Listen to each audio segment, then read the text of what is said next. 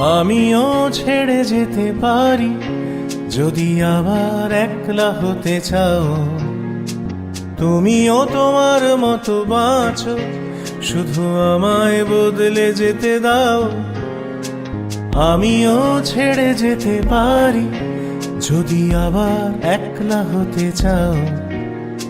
তুমিও তোমার মতো বাঁচো, শুধু আমায় বদলে যেতে দাও।